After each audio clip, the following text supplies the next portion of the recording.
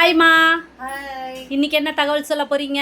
இப்போ வந்து கோவிலுக்கு போகிறாங்க சில பேர். கோவில் போனால் இப்போ திருப்பதி, ஸ்ரீரங்கம் அப்படிலாம் நிறைய ஊருக்கு கோவிலுக்கு போகிறாங்க. அவங்க என்ன பண்ணாங்க, அது திடீர்னு போகணுன்னு நினச்சிட்டு யார்கிட்ட கடை வாங்கின்னு போகிறாங்க. இப்போ என் ஃப்ரெண்டு ஒருத்தவங்க திருப்பதி போக போகிறேன்னு சொல்லிட்டு நேற்று காலையில் வந்தாங்க.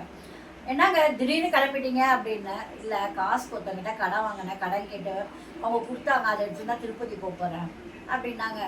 நான் சொன்னேன், எங்க கடை வாங்கி திருப்பதி போகக்கூடாது போகிறீங்களே, அந்த புண்ணியம் வந்து கொடுத்தவங்களுக்கு தானே போய் சேரப்போகுது.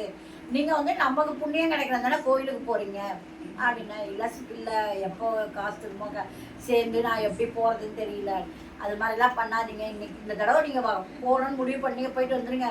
இனிமேல் வந்து இதை வந்து நான் சொல்லணும், அப்படி யூடியூப்பில் சொல்லணுன்றதுக்காக நான் சொல்கிறேன். கடை வாங்கிலாம் யாரும் கோவில் போகாதீங்க. ஒரு கோவில் போனோன்னா இந்த மாதிரி உங்களுக்கு கிடைச்ச காசை ஒரு உண்டியில் போட்டு வைங்க.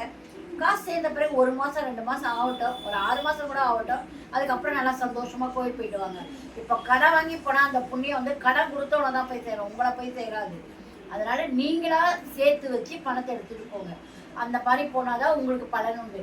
இப்போ வந்து குலதெய்வம் கோவிலுக்கு எல்லாம் போவாங்க. அப்போ வந்து நம்ம குலதெய்வம் கோவிலுக்கு நம்ம குடும்பம் மட்டும் போகக்கூடாது. நமக்கு அண்ணன் தம்பி பங்கும் பங்காளிலாம் இருக்காங்களா, அவங்களாம் சேர்ந்து போனீங்கன்னா உங்களுக்கு அவ்வளவு புண்ணியம் கிடைக்கும். அந்த அதே மாதிரி நம்ம வீட்டில் பிறந்த பொண்ணு இருப்பாங்க, நம்ம வீட்டுக்கார் கூட பிறந்த தங்கையோ அக்காவோ யாராவது இருப்பாங்க, அவங்களையே கூட்டிகிட்டு போங்க.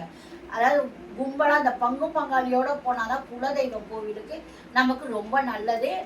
குலதெய்வம் கோவிலுக்கு எப்பவுமே பங்கும் பங்காளியோட போனால் தான் விசேஷம். இப்போ சில பேர் வந்து குடும்பத்தோடு நாங்கள் இது குலதெய்வ கோவில் போகிறோம்னு சொல்லுவாங்க. அப்படி போகாதீங்க. மொத்தமாக சேர்ந்து உங்கள் குடும்பத்தோடு போங்க. அப்போ தான் அதோட பலன் அதிகமாக கிடைக்கும். சூப்பர்மா, ரொம்ப நல்ல தகவல் சொன்னீங்கம்மா. ரொம்ப சூப்பராக இருந்துச்சு. எல்லாருக்குமே யூஸ்ஃபுல்லான ஒரு தகவல். பாய்மா. பாய்.